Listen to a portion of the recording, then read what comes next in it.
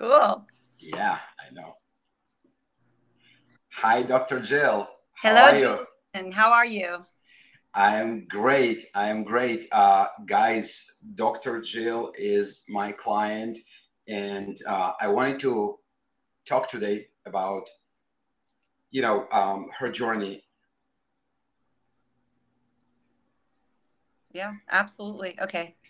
I see it. So Yeah. my name is Jill Pedalino, and Julian and I not only have worked together, but, professionally and personally as a client, but he's become a dear friend. And I think that says a lot about what Julian has done for my life in terms of my fitness, my mindset, my nutrition. So I'm really happy to share today. I am 46 years old, and I am a Young. pediatrician.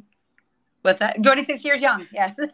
And I'm a pediatrician. I own a practice of general pediatrics in Nutley, New Jersey. I've had this practice for about 8 years now, and I've been in practice totally for about 18 years. So it's been quite a journey.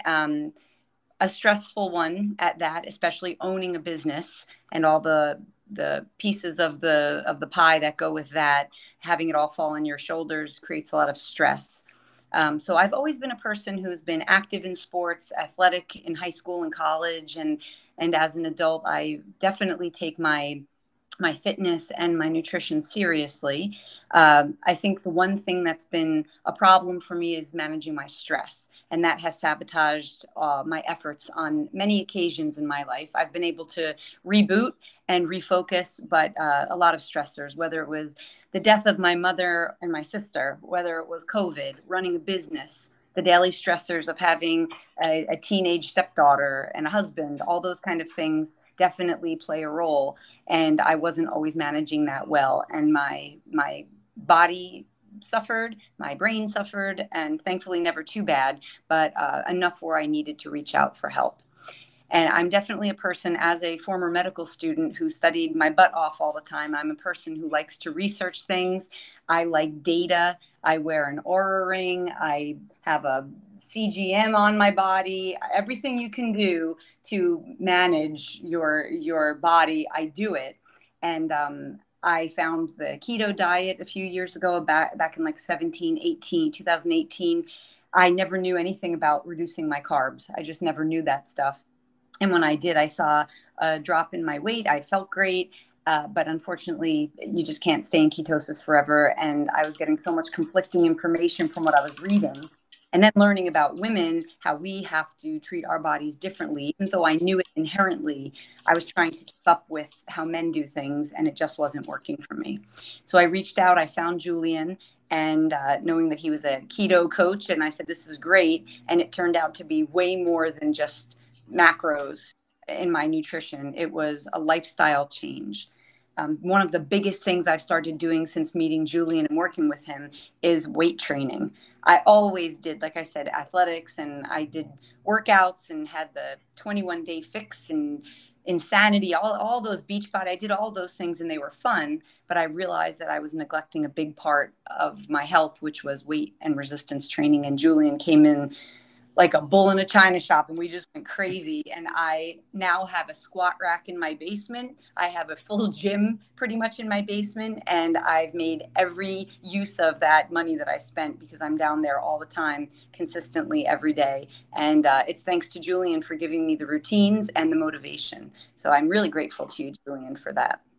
Wow, that's amazing. And I mean, you just went and said all of that, and I had no idea that you hold all of that in your mind because it's insane how many things people carry around without even trying to fix, and you just like probably because you're a doctor, probably because you're interested in wellness, and you understand all those things, you went and seeked help, Yes. and you knew what you need, but also I do remember that along the way as we went, we discovered more and more and more. There So were things I didn't know that I didn't even know. That's the great part. yeah, totally. Can you describe like your initial state and fitness condition, how it was affecting your personal professional life in general before we started? And Sure. of course, take into account all the things you already tried, you went Mhm. through, and things like that. Well, I will tell you, when I met my husband 10 years ago, he is very much into fitness. And since I am as well, we were a perfect match, but he was on a level way beyond what I'd ever done.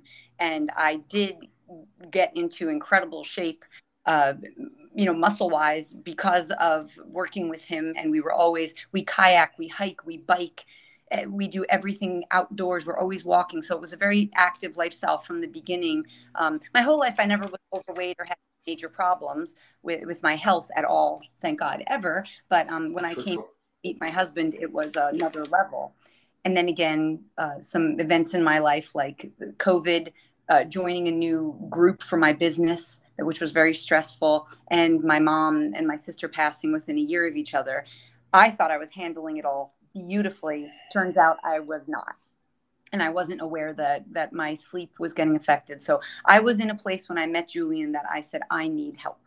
I need help, and I didn't know where to turn. And thankfully, you market yourself well enough that I found you, and you're in Jersey. And the times we've met has been wonderful. So that was a great bonus. But I was in a place where I wasn't down and out totally, but I was confused and I was lost. And I had so many things in my brain, I didn't know how to put it together. So that's where I was at the beginning when I found you. Thank you. Thank you so much, Jill.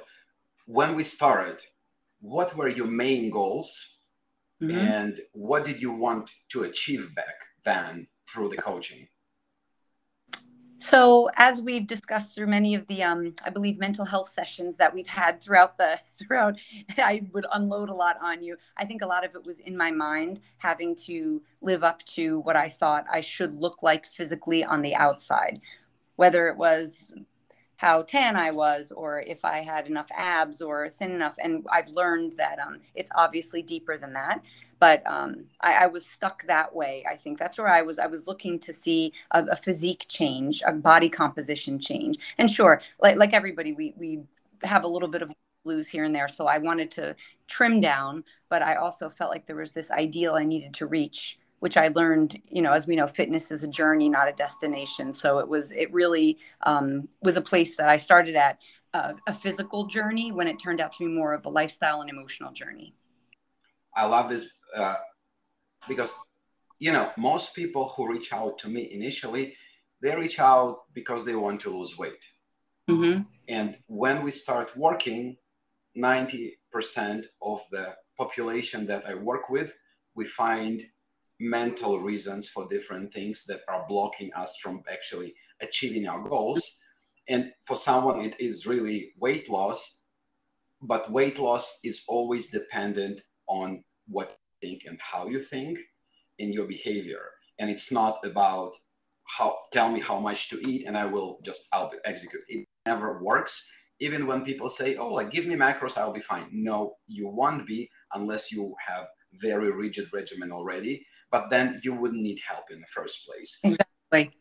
And getting better, even just at weight, it's always in your head, and it's not about exactly what to eat and how much, because that is easy for anyone if you have the mindset for that, if you have an understanding of why you're actually doing this.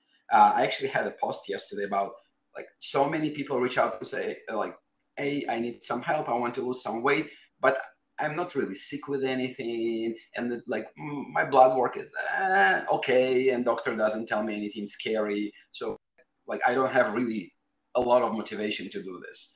And this is why most people fail in everything, in their health, in their business, at their work. They don't have the why. And you had very strong why. And then you gain more why as we went. And right. That was insane. That was insane because you were very on it. You are. I'm motivated. Executed. About myself. Yeah. I heard of a quote just the other day that I thought was really relevant. The short-term pain of discipline is better than the long-term pain of regret. So choose wisely. And I feel like that is kind of what I tried to do to push through. And none of this should be painful, but it is when you've had your paradigm that you've lived for so long and now you have to change it. Of course, you believe in things and then someone tells you, hey, that's all bullshit. Mm-hmm. And many people, they don't want to break that. Many people want to, stay with their stuff, but also make changes, which prevents them from making any changes. Right. right? And They don't. and you did that for me so many times. And I'm grateful that I was open enough to hear it, because Now I feel so annoying too. well, I would say things that, what do you think of this? And you're like, what are you, crazy? And it was so great, because now I had a broader understanding. Instead of being angry, I found it was just better to just accept it. And you backed yourself so often. I never didn't trust what you said. And it always turned out to be accurate. So that was what was really helpful along this journey, because it's safer to believe what you've always believed.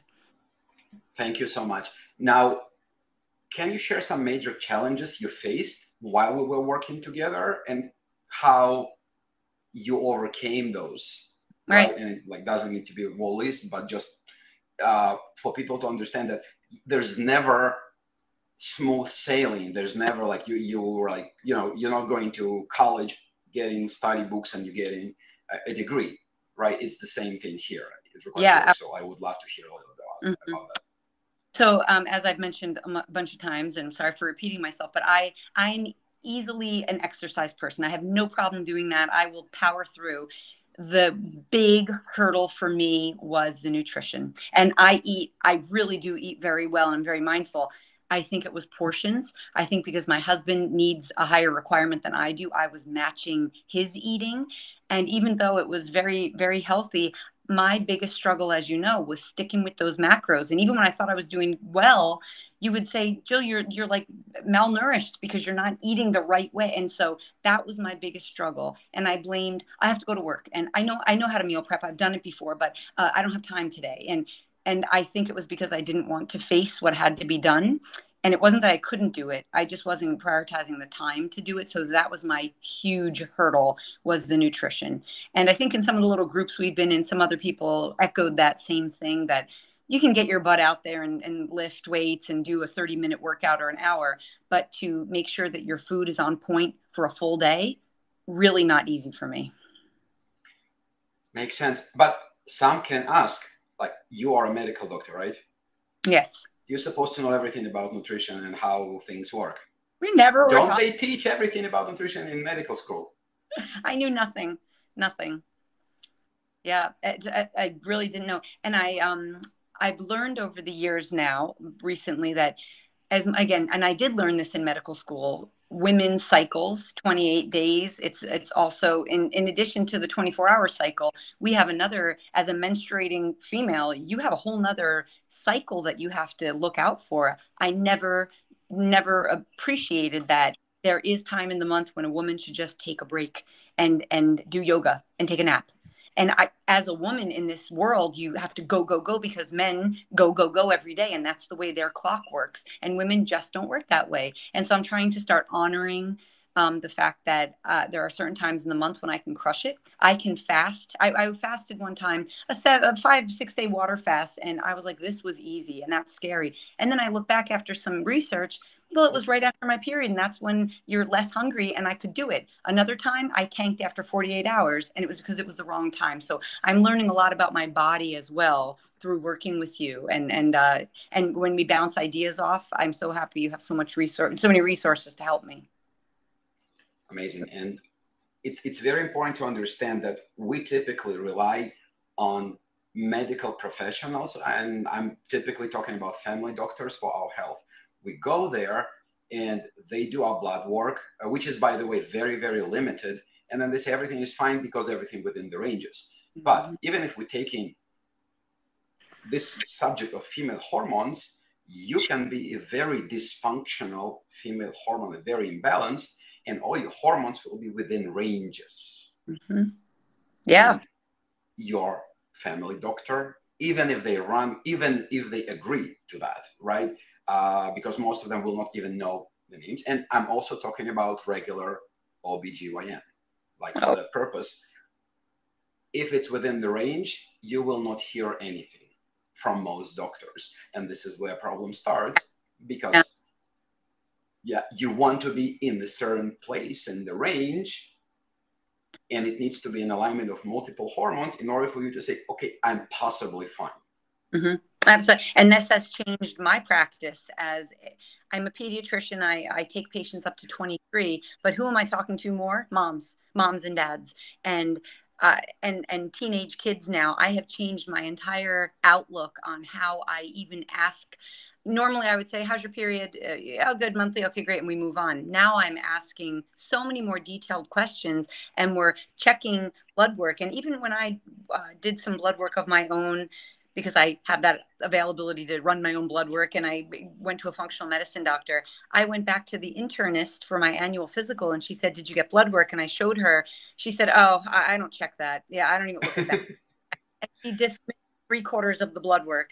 And I said, I will not do that to my patients. And I also feel, being on the front lines with health, if I'm not in great shape, how can I promote to my little children to eat healthy, or my parents to be healthy so they can be better parents? And so it's all so integrated. Keeping yourself healthy helps you keep the other people in your life motivated and healthy as well. Definitely. And like heal thyself, and Yeah. which is most just done. And that's sad. Yes, right? It is. Having medical professionals getting sick from things they could easily avert by just looking at their own blood work, that's insane. Yeah. That's insane to me. Oh, thank you. So going back, can you talk about most significant achievements or transformations during this, like, almost 3 years of coaching? Yeah, I think the biggest thing, and as you know, a lot of things are not on the outside. A lot of the changes, especially for me, because I more or less my body stays the same. I put on maybe 5-10 pounds, take off 5-10 pounds, but my physique usually stays. It's my mindset that has changed. I am so gentle with myself now. I am loving myself no matter what comes about. I'm easing into stress more, and it's because I've been prioritizing my nutrition and my exercise and my sleep. But the biggest change for me is just knowing that consistency. You keep saying, just stay with it, stick with it, stay consistent. And doing that each day in and day out, it snowballs into such a beautiful lifestyle. So that's been my biggest change, that I've been able to internally see a different Jill, how I see myself when I look in the mirror. That's my biggest change. So I didn't have 100-pound weight loss, or I'm not a fitness model, but I am a Some would argue. Jill. What'd you say? Some would argue about not being a fitness model. You got to a place where I think most women would die to be in. I work there, and I'm proud to say that I think I've gotten closer than I've ever gotten. I'm crazy proud of you because of all those things, and because how resistant you are to crap now, and how persistent you are with chasing your health, not some numbers, not some like just being healthy, just being great. And you just met, like, you're 46. I'm getting new clients or potential clients who tell me, I'm already 39, the age is horrible, I don't feel like I'm desired anymore, like I'm a female, like I feel like I'm done. And from younger ones, because that is insane. Women take the number, put it in their head, and they attach all the problems they have to that number and say, no, I'm old. At 39, at 36, at 49, it doesn't matter. And it all doesn't matter, because that number is completely meaningless, and you are the one who is in charge. Mm-hmm. You just need to understand that you can change those things and go. That's it. You've got to change it. I think the best years are about to come for me. Like, I can't wait. Hell yeah. Yeah. People ending their lives and like kind of bury themselves before they even start. And it's like with business and with work, same things. But why? Right? Because their grandparents were like this, because all their friends are like this, because this is what they see on TV and around. Well, social media, we're all supposed to be like this 20-year-old girl whose metabolism is different, whatever it is. We're all trying to be something that we're just, I'm not going to be 6 foot tall, blonde, and I am not that. So you have to start being comfortable with who you are. Yeah. And understand that you can change a lot. You can change most of you, and not just sit there and say, like, it's gone for me. Because when there will be a problem, you will start waking up, and it might be too late sometimes. And, many people get diabetes just because they don't do anything. Many, like a lot, crazy amount. And they could just not get it very easily. but they prefer like, yeah, doctor says the sugar a little bit high. When something happens, then I will start, treating it somehow. And I think that's our medical community too. Who gets paid more? Not that it's about money ever for what I do, but who gets paid more? The people who fix things, the surgeons and the people who do testing and investigations when someone is sick. The preventative doctors, we don't get paid a lot. And I think that says a lot about our culture, our community as a people, no matter what, especially in the United States, that we are there more to fix than to prevent. And that's, I think, part why I went into pediatrics, because we're molding and shaping to prevent problems later. Look how it affected your practice. Now you change that to, fixing to like, let's not get there. Right. And I think people who live in that paradigm of let's get to the problem and then we'll fix it, they are people who get hurt a lot. So they need to seek a doctor such as yourself who will not allow them to get to the point where they will be, oh, now I'm sick, I need medication, or I need something drastic in my life. You can put your patients and their parents on the path of never getting there. Mm-hmm. Never needing that Tylenol for headache because the headache is not coming, right? Because we treated the headache before it could appear. Right. Which is even simple little things like, I probably should work for Element now because I worry about it. And talk about, why'd you get the headache? Well, because you're dehydrated. Do you drink water? No. Okay. Do you get salt in your diet? And so I'm such a more educated person in the office as well. So it's just been, and again, I credit so much of this to your education and your guidance, because I really would not have known 3/4 of this if we did not work together. I learned a lot from you, so I think it's very mutual, and I appreciate you a lot. And like a big part of what I do, I love this because I'm learning something from all my amazing clients. They come from different paths of life, and they are all successful in something. And I learn and I learn and I learn, and that's insane. So I'm incredibly thankful for being able to do this, for being turned to this path from whatever I was doing before, as working in a software company a long time ago, and I don't remember how it was, but it wasn't good. And now it's so fulfilling, like to hear something, what you're saying, and what others report, because it's life changing. It cannot be more fulfilling than this. And inspiring, because you don't just say you got to do this. You say, I'll call you when I get back from the gym, or here's my picture of me at the gym, and here's my food. This is how I feed my children. Look at the birthday party. Look at what my kids are eating. So you walk the talk for sure. And it makes me say, if he can do this and he's going all in, I sure as hell can do it too. So that's what's another fun part of this whole working with you. This is beautiful. Yeah. Jill, thank you so much for all this insight.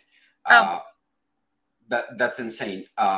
Before we end, like looking back at your journey, and by the way, guys, journey doesn't end. There's no like, I'm done. Nope. Right. And this is something people do. So, but journey is starting somewhere. So looking back at what you started, what advice would you give to others who might be in a similar position in terms of health and fitness and whatever they need to fix to where you were when you started? Yeah, I think especially for women, be gentle with yourself. Learn to, and accepting where you are doesn't mean you're putting your head in the sand and saying, well, I don't have to do anything else. Love me or leave me. It's not, it's accepting where you are, loving who you are, and seeing where your goal, like where you want to go, and just trusting that it will get there. I like to say, hold the vision and trust the process. And so that's one piece of advice I would like to say. Just take a deep breath with yourself and try not to criticize and judge the little things that might not be what you want, and start appreciating the things that are going right, because we're waking up every day. We can see, we can hear, we can walk. There's so many people who don't have that. So I think gratitude and being gentle is the biggest lesson I can give, because I can say, eat this food and work out. It's great. But I think the mindset, like we said, that's the biggest change for me. And that's what I would advise somebody else to look into as well. So important. And guys, this is an advice from a doctor. Yeah. Right. So I suggest to follow that. So many women can improve their life extremely, to really to extreme, if they do little changes, just little changes. And what we have metabolism and hormones and bone density. There's so many things that affect women, just not because of the age, just because of how they behave basically all their lives, and looking around and doing the same, and like being a part of the community that deranges that. Everything can change: your health, your weight, your hormones, your bone density. Just work on this. Yeah. Jill, thank you so much. Thank you. Keep up the great work with it. I appreciate this a lot. I'm beyond proud of being your mentor, and I'm so proud of your achievements.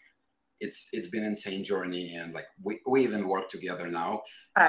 And to that point, if anyone is inspired by you and want to hear about your journey, or they are interested in maybe joining your practice as patients in New Jersey, yoga in Nutley, how can they find you?